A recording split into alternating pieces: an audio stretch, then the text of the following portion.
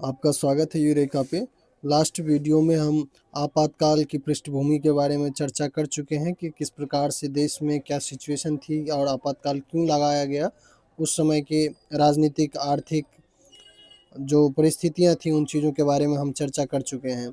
दोस्तों, इस वीडियो के माध्यम से आज की वीडियो में हम भारतीय संविधान में आपातकाल के प्रावधान के बारे में देखेंगे और साथ ही साथ 1975 में जब आपातकाल लगाया गया था और उसके बाद 1978 में आपातकाल लगाने के प्रावधान में किस प्रकार के परिवर्तन किए गए, इन चीज़ों के बारे में जानेंगे।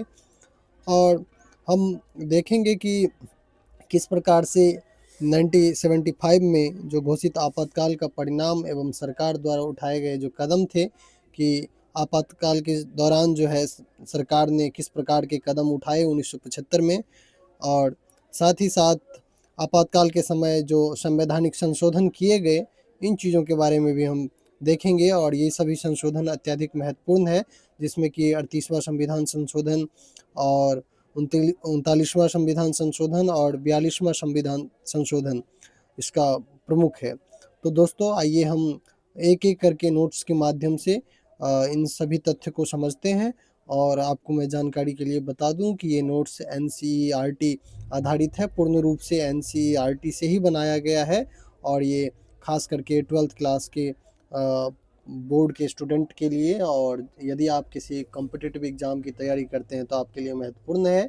और आपसे एक आग्रह है कि कृपया अगर मेरी वीडियो पसंद आ रही है आपको तो चैनल को सब्सक्राइब करें और अपने दोस्तों के साथ शेयर करें। दोस्तों, आपातकाल के प्रावधान की अगर हम बात करें तो भारतीय संविधान के भाग 18 में आपातकाल का प्रावधान किया गया और इसका वर्णन अनुच्छेद 352 से 360 तक किया गया है। आपातकाल 3 तरह के हैं अपने देश में, जिसे हम पहला जो है जो 1975 में लगाया गया था उसे हम राष्ट्रीय आपातकाल के रूप में जानते हैं, जो कि अनुच्छेद 352 के तहत है। और राज्य में जो राष्ट्रपति शासन, राज्यपाल का शासन लगता है, जिसे हम राष्ट्रपति शासन भी कहते हैं, और इसे राज्य आपातकाल के रूप में भी जाना जाता है, जो कि आर्टिकल 356 है। और साथ ही साथ एक वित्तीय आपातकाल है जो कि 360 के तहत लगाया जाता है। तो दोस्तों, ये 3 प्रकार के आपातकाल हैं। तो यहाँ पे हम मुख्य रूप से 1975 में जो राष्ट्रीय आपातकाल लगाए गए थे, इन्हीं चीज़ों के बारे में चर्चा करेंगे। तो आइए जानते हैं राष्ट्रीय आपातकाल के बारे में। जो 1975 से जो पूर्व का जो राष्ट्रीय आपातकाल लगाने का जो प्रावधान था, और 1975 में भी जो आपातकाल लगाया गया था, वो आंतरिक अशांति के आधार पे लगाया गया था। जो सिफारिश किया गया था राष्ट्रपति को कि देश में आंतरिक अशांति है और गड़बड़ी होने की आशंका है, और इस आधार पे जो है राष्ट्रीय आपातकाल की घोषणा की गई थी। दोस्तों, भारतीय संविधान में उस समय तक राष्ट्रीय आपातकाल घोषित करने के लिए 3 प्रकार की कारण जिम्मेदार थे, जिसमें कि आप अगर युद्ध की स्थिति है तो कर सकते हैं, बाहरी आक्रमण के समय कर सकते हैं, और आंतरिक अशांति के जो इंटरनेशनल डिस्टर्बेंस है इस समय कर सकते हैं। तो इस समय हम आंतरिक अशांति के आधार पे इसलिए आपातकाल की घोषणा की गई थी 1975 में। कोई ऐसा गड़बड़ी होने की आशंका नहीं थी, देश में लोकतांत्रिक रूप से आंदोलन चलाए जा रहे थे, लेकिन सरकार उनके ऊपर में नियंत्रण करने में असक्षम हो रही थी। और विपक्ष का डिमांड धीरे धीरे बढ़ता चला जा रहा था। जब 1975 में इलाहाबाद हाई कोर्ट का फैसला आया था और इंदिरा गांधी जी के निर्वाचन को असंवैधानिक करार दे दिया गया था। इसके बाद ही इस प्रकार के कदम तत्कालीन गवर्नमेंट के द्वारा उठाया गया, और ये प्रावधान थे उस समय में। और 75 में जो आंतरिक अशांति के आधार पर ही आपातकाल की घोषणा की गई थी, और घोषणा की प्रक्रिया में भी बदलाव किया गया बाद में। और उस समय में जो घोषणा जैसे हुआ था कि राष्ट्रपति प्रधानमंत्री की सलाह पर आपातकाल जो है घोषित कर सकता है, उस समय तक ये चीज़ें थी। कैबिनेट की लिखित सलाह जो है अनिवार्य नहीं था, लिखित प्रस्ताव जो है अनिवार्य नहीं था 75 तक। परंतु एक चीज़ और भी है कि मौलिक अधिकारों के ऊपर में अगर असर की बात करें तो जैसे कि 75 के समय में देखने को मिला कि 75 में जब राष्ट्रीय आपातकाल लगा हुआ था तो उस समय मौलिक अधिकार का व्यापक हनन किया गया था। खास करके आर्टिकल 19 जो है स्वतः निलंबित हो गया था, और अन्य मौलिक अधिकार भी जो है व्यवहारिक रूप से सीमित हो गया था। और एक चीज़ आप भी और ध्यान रखेंगे कि जब राष्ट्रीय आपातकाल की घोषणा की जाती है देश में, तो देश की संघीय व्यवस्था जो है वो केंद्रीकृत व्यवस्था में परिवर्तित हो जाती है और केंद्र अधिक मजबूत हो जाता है और राज्य की शक्तियां नाम मात्र ही रह जाती है। बाद में ये प्रावधान तो हमने देख लिया, और आइए कि हम देखते हैं कि बाद में इसमें क्या परिवर्तन किया किया गया। तो दोस्तों, जब 77 में 1977 में जनता पार्टी की सरकार बनती है, तो आपातकाल के दौरान इंदिरा गांधी जी के सरकार के द्वारा किए गए जो संवैधानिक संशोधन थे उसमें भी परिवर्तन किए गए, और साथ ही साथ आपातकाल लगाने के जो प्रक्रिया थी और साथ ही आपातकाल के प्रावधान में जो कुछ परिवर्तन किया गया सैद्धांतिक रूप से कि किस आधार पे आपातकाल की घोषणा की जा सकती है और राष्ट्रीय आपातकाल लगाया जा सकता है। तो 44वां संविधान संशोधन अधिनियम 1978 के बाद आपातकाल के प्रावधान लगाने की प्रक्रिया में जो है व्यापक परिवर्तन किया गया, जिसमें शब्द में परिवर्तन किया गया। आंतरिक अशांति की जगह जो है अब हटा करके यहाँ पे सशस्त्र विद्रोह जैसे शब्द जो है आर्म्ड रिपेबलियन रेवेलियन जो है, अगर कहीं पे अगर आर्म रेवेलियन यानी कि सशस्त्र विद्रोह अगर है, सैनिक विद्रोह अगर है, तो इस समय में लगाए जा सकते हैं राष्ट्रीय आपातकाल। सेकंड चीज़ें ही है कि आपातकाल लगाने की प्रक्रिया में बदलाव किया गया, कि आपने देखा कि पहले जो आपातकाल की घोषणा की गई थी वो सिर्फ मौखिक रूप से प्रधानमंत्री ने राष्ट्रपति से सिफारिश किया था और लिखित प्रस्ताव नहीं दिया गया था, न तो कैबिनेट के द्वारा न ही पीएम के द्वारा।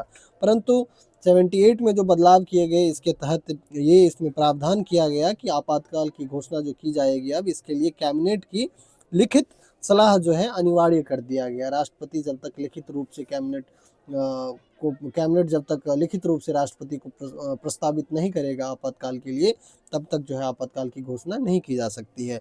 जैसे कि उस समय में पीएम इंदिरा गांधी जी ने राष्ट्रपति फखरुद्दीन अली अहमद को मौखिक रूप से ही कहा था और कुछ ही घंटों के अंदर में राष्ट्रपति ने आपातकाल की घोषणा कर दी थी।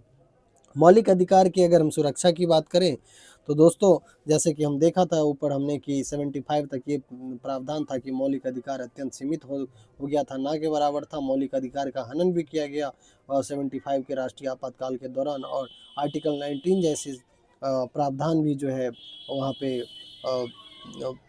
निलंबित कर दिए गए थे। लेकिन मौलिक अधिकार की सुरक्षा के तहत 78 में जो संवैधानिक संशोधन हुआ है उसमें ये प्रावधान किया गया कि आर्टिकल 20 और 21 जो फंडामेंटल राइट है, जिसमें कि जीवन और व्यक्तिगत स्वतंत्रता का अधिकार है, अब आपातकाल के समय में भी सरकार द्वारा निलंबित नहीं किया जा सकता है। साथ ही साथ दोस्तों 1975 में घोषित आपातकाल के परिणाम और साथ ही साथ सरकार द्वारा उठाए गए उस दौरान जो कदम थे, इन चीज़ों की हम अगर चर्चा करें तो दोस्तों इस समय में सरकार के द्वारा, इंदिरा गांधी जी की सरकार के द्वारा जो कदम उठाए गए, सर्वप्रथम तो इन्होंने विपक्ष को नियंत्रित करने के लिए कुछ कदम उठाया, जिसमें कि धरना प्रदर्शन और हड़ताल पे रोक लगा दिया गया। सरकार ने प्रेस की आज़ादी पे रोक लगा दी, समाचार पत्रों के ऊपर जो है सेंसरशिप लगा दिया और सामाजिक और सांप्रदायिक गड़बड़ी की आशंका को देखते हुए कुछ संगठन के ऊपर में पाबंदी भी लगा दी गई, प्रतिबंधित कर दिया गया, जिसमें कि आरएसएस और जमात इस्लामी शामिल है। दोस्तों ये दोनों संगठन का नाम याद रखेंगे, कई बार क्वेश्चन बनाए जाते हैं कि किन्हीं दो संगठनों का नाम लिखिए जिन्हें राष्ट्रीय आपातकाल के दौरान प्रतिबंधित कर दिया गया था। साथ ही साथ लोगों के मौलिक अधिकार निष्प्रभावी हो गया था और कोई अब अपने मौलिक अधिकार की रक्षा के लिए कोर्ट भी नहीं जा सकता था, और सरकार के द्वारा, क्योंकि जैसे दोस्तों हम सब जानते हैं कि भारतीय संविधान के अनुच्छेद 32 जो है, जो मौलिक फंडामेंटल राइट है, जिसमें कि व्यक्ति के पास में संवैधानिक उपचार का अधिकार है। इसके तहत कोई भी व्यक्ति अगर उसके मौलिक अधिकार का अगर हनन होता है तो प्रत्यक्ष रूप से वो हाई कोर्ट या सुप्रीम कोर्ट जो है जा सकता है डायरेक्ट। तो इस प्रकार की चीज़ें जो है उस समय में ख़त्म कर दी गई थी, और बंदी प्रत्यक्षीकरण का प्रावधान भी जो था उसको भी ख़त्म कर दिया गया था एक तरीके से। यानी किसी भी व्यक्ति की अगर गिरफ्तारी की जाती है तो उस गिरफ्तारी का चुनौती कोर्ट में नहीं दिया जा सकता है। सरकार के द्वारा व्यापक पैमाने पर निवारक नज़रबंदी का प्रयोग किया गया, इसका दुरुपयोग किया गया। उस समय में विपक्ष के नेताओं को असंवैधानिक रूप से गिरफ्तार किया गया, और इस निवारक नज़रबंदी के तहत जो है किसी भी व्यक्ति को अपराध करने की आशंका के आधार पर जो है गिरफ्तार किया जा सकता है। इस प्रकार का प्रावधान संविधान में है, और उस समय पे इसका व्यापक पैमाने पे दुरुपयोग किया गया। और बंदी प्रत्यक्षीकरण की बात तो हम कर ही चुके हैं कि बंदी प्रत्यक्षीकरण की याचिका को लेकर के सरकार और न्यायालय के मध्य यहाँ पे मतांतर भी देखने को मिला, क्योंकि सरकार ने बंदी प्रत्यक्षीकरण जैसे प्रावधान के ऊपर में रोक लगा दी और न्यायालय इस चीज़ के खिलाफ थे।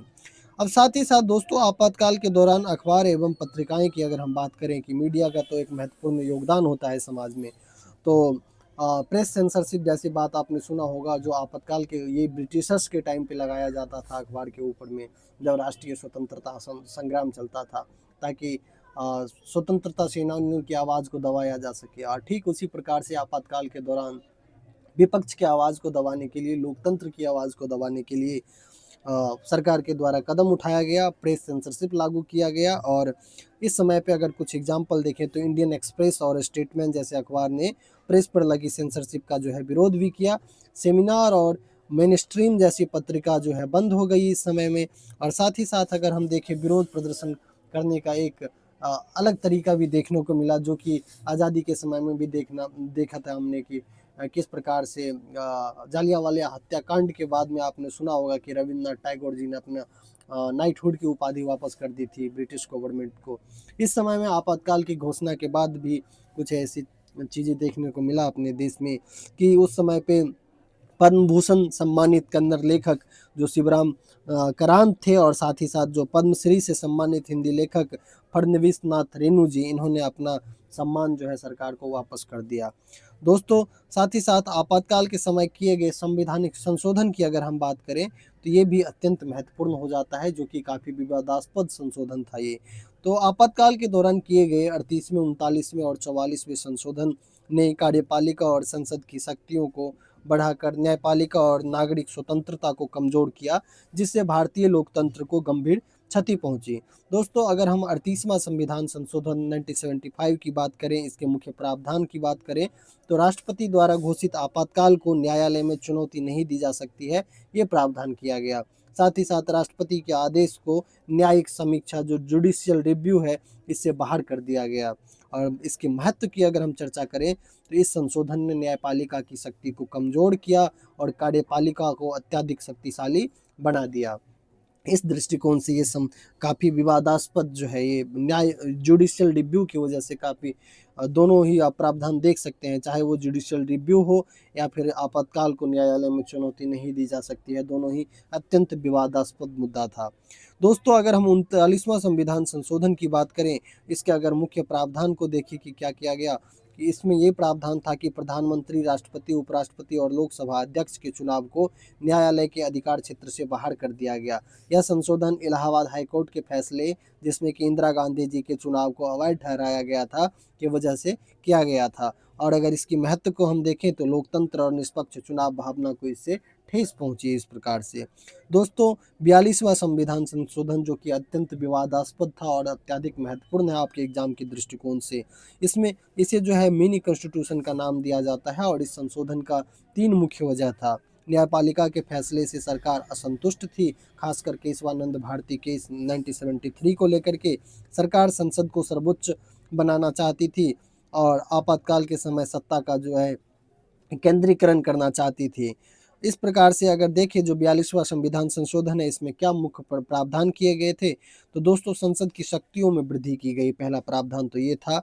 इस संशोधन के माध्यम से संविधान संशोधन कर न्यायिक समीक्षा समिति की गई और साथ ही साथ जो है संसद को लगभग असीमित संशोधन शक्ति देने का प्रयास किया गया।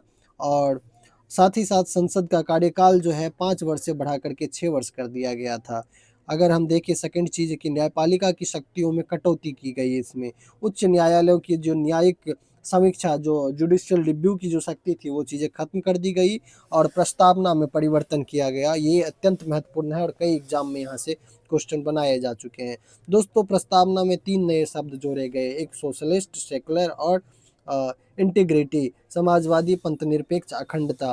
पहले प्रस्तावना में संप्रभु, लोकतांत्रिक, गणराज्य जैसे लाइन हुआ करता था और 44वां संविधान संशोधन के बाद जो है सॉवरेन, सोशलिस्ट, सेकुलर, डेमोक्रेटिक, संप्रभु, समाजवादी, पंथनिरपेक्ष, गणराज्य हो गया ये। तो इस प्रकार से ये 3 वर्ड जो है 42वें संविधान संशोधन के माध्यम से इंदिरा गांधी की सरकार के समय में ये ऐड किया गया था प्रस्तावना में, जिसे 44वां संविधान संशोधन के माध्यम से इस प्रकार से कर दिया गया कि sovereign, socialist, secular, democratic country. दोस्तों नेक्स्ट है मौलिक अधिकार और कर्तव्यों का समावेश किया गया 44वां संविधान संशोधन के माध्यम से। संविधान में भाग 4A जोड़ा गया। इसमें नागरिकों के लिए 10 मौलिक अधिकार निर्धारित किया गया और वर्तमान समय में मौलिक अधिकार की संख्या अगर हम देखें तो 11 हो चुकी है। 1978 में जनता पार्टी की सरकार ने 44वें संविधान संशोधन किया तथा इसके माध्यम से 42वें संविधान संशोधन के कई प्रावधान को संशोधित और निरस्त कर दिया। मौलिक अधिकार की सुरक्षा को मजबूत किया गया 44वें संविधान संशोधन के माध्यम से। दोस्तों, अगर हम आपातकाल के सबक की बात करें कि भारतीय लोकतंत्र के इस काले अध्याय के बारे में अगर हम बात करें, जैसा कि हम सब जानते हैं कि अब सरकार ने भी 25 जून को संविधान हत्या दिवस के रूप में मनाने की घोषणा की है। इसे भारतीय लोकतंत्र के इतिहास में एक काले अध्याय के रूप में देखा जाता है, कलंक के रूप में देखा जाता है, क्योंकि यहाँ पे व्यापक रूप से मौलिक अधिकारों का हनन हुआ था, जनमानस का शोषण किया गया था और विपक्ष को दबाने की कोशिश की गई थी। आपातकाल के अगर हम सबक की बात करें तो इससे ये साबित होता है, पहली बात, कि मजबूत लोकतांत्रिक व्यवस्था है भारत में। भारतीय लोकतांत्रिक व्यवस्था इतना कमज़ोर नहीं है कि आपातकाल जैसी घटना से यहाँ पे लोकतांत्रिक व्यवस्था खत्म हो जाए, क्योंकि दोस्तों हम सब जानते हैं कि आपातकाल खत्म हुआ, चुनाव की घोषणा की गई और एक लोकतांत्रिक रूप से बहुदलीय लोकतंत्र की परिचय देते हुए भारत में गठबंधन की सरकार बनी। 1977 में जनता पार्टी की सरकार बनी और ये केंद्रीय स्तर पे प्रथम गैर कांग्रेसी सरकार थी। सेकंड चीज़ थी कि आपातकाल लगाने के प्रावधान और प्रक्रिया में बदलाव किया गया कि इतने आसानी से आपातकाल नहीं लगाए जा सकते हैं। थर्ड चीज़ ये रही कि नागरिक अपने अधिकारों के प्रति और अधिक जो है सचेत हो चुके थे इस समय तक। और इस सचे नागरिक के अधिकार से संबंधित दो चीज़ें रही इसमें कि अदालत ने आपातकाल के बाद नागरिक अधिकारों की रक्षा में महत्वपूर्ण भूमिका निभाया और आपातकाल के बाद नागरिक अधिकारों के संरक्षण संबंधी कई संगठन भी उभर के सामने आया। दोस्तों, आपातकाल की समीक्षा करने के लिए शाह आयोग की स्थापना हुई थी। ये महत्वपूर्ण क्वेश्चन बनता है, यहाँ से कई बार कई एग्जाम में पूछे जा चुके हैं। आपातकाल के बाद 1977 में बनी जनता पार्टी की सरकार ने आपातकाल के दौरान हुए सत्ता के दुरुपयोग और लोकतांत्रिक अधिकारों के उल्लंघन की जांच करने के लिए न्यायमूर्ति जेसी शाह की अध्यक्षता में शाह आयोग की स्थापना की थी, गठित की थी। तो आप ये याद रखेंगे कि आपातकाल की समीक्षा के लिए शाह आयोग की गठन की गई थी। दोस्तों, कल हम नेक्स्ट वीडियो में आपातकाल के बाद की राजनीति के बारे में समझेंगे। मुझे उम्मीद है कि आपको ये वीडियो पसंद आया होगा और अगर आपको ये वीडियो पसंद आया हो तो कृपया चैनल को सब्सक्राइब करें और अपने दोस्तों के साथ भी शेयर करें। इससे मैं उत्साहित होकर के और अच्छे से अच्छे कंटेंट आपके लिए बनाऊंगा। धन्यवाद।